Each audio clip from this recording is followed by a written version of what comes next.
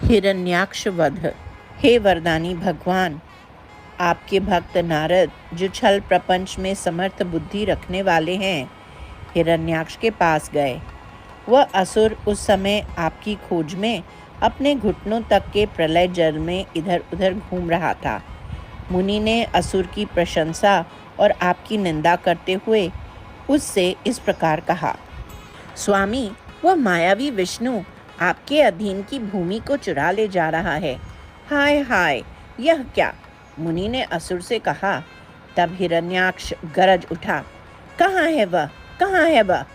और मुनि द्वारा दिखाए हुए मार्ग से जाते हुए वह भूमि को धारण कर जल से ऊपर उठ आने वाले आपके पास आ गया। आहा, यह एक जंगली जानवर है।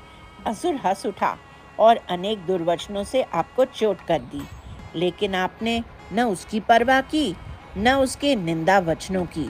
आपने देखा कि भूमि आपके ताड़ के सिरे पर पड़े असुर के भय से कांप रही है। आपने तब उसे उतारकर समुद्र के जल में अपनी शक्ति से स्थिर रखा और तुरंत युद्ध के लिए सन्नद्ध हो गए। हिरण्याक्ष ने गदा हाथ में ली। तब आपने भी एक बड़ी गदा धारण करी। आप दोनों द्वंद्व युद्ध में लग गए। आकाश गदाओं के टकराने की घट घट आवाज से गूंज उठा। आपके लिए युद्ध क्रीड़ा मात्र था। सुरगण रण देखने से उत्साहित होकर जमा हो गए। ब्रह्मा ने आपसे कहा, संध्या के पहले ही जल्दी इसे मार डालें। इस गदा युद्ध में असुर की गदा के आधार से आपकी गदा जल्दी भूमि पर गिरी। तब प्रभो, आप मंद मंद मुस्काए और असुर कुल के समूल ध्वसन में प्रसिद्ध अपने महासुदर्शन चक्र की याद की, और जब वह उपस्थित हुआ तब उसे हाथ में धारण करते हुए विराजे। तब असुर ने काल के समान रुष्ट होकर शूल से आप पर प्रहार किया और आपने उसे अपने हाथ के चक्र से काट डाला। अपने आयुध को असफल पाकर असुर और भी रुष्ट हुआ और आप पर मुष्टि मारी। फिर जिन्हें माया की बाधा कभी नहीं हो सकती, उन आप पर उसने ऐसी मायाओं का प्रयोग किया जिनमें सारे जगत को मोहित करने की शक्ति थी। असुर का सारा माया समूह आपके चक्र की ज्योति के कण के लेश के पात से दूर हुआ। तब उसका क्रोध विस्तृत एवं घना हुआ, जिससे मन अंधा हो गया, अर्थात क्रोध से उसका विवेक नष्ट हो गया।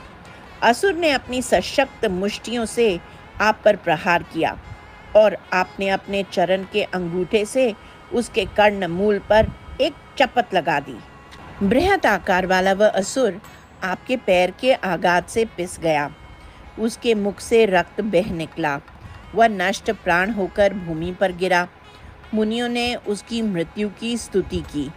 असीम घने संतोष से इन ऋषियों के हृदय खिल उठे और उन लोगों ने आपका यज्ञ रूप कल्पित कर अर्थ भरी स्तुतियों से स्तवन किया।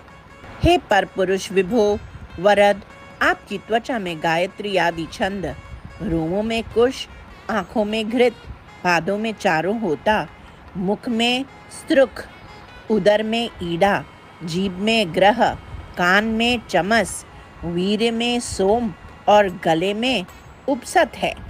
हे मधुसूदन, गुरुवायुरपुरेश, इस प्रकार की स्तुतियां उद्घोषित करने वाले मुनियों द्वारा आप अत्यंत प्रसन्न किए गए और आप अपने इस विशाल शरीर एवं विमल कीर्ति से विराजमान रहे। फिर आप अपने धाम वैकुंठ को गए और वहाँ पूर्ववत अपने परमानंद में रमे रहे। वही आप मेरे सभी रोगों का निवारण करें। सर्वत्र गोविंद नाम संकीर्तन, गोविंदा गोविंदा।